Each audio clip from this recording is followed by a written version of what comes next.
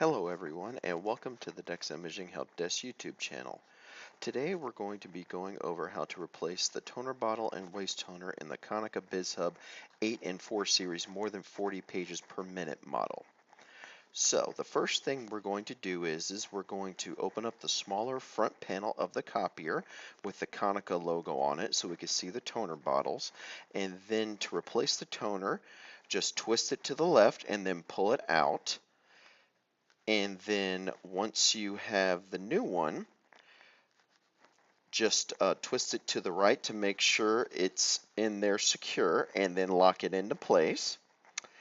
And then once you've done that, then what you're going to do is you're going to close that smaller panel.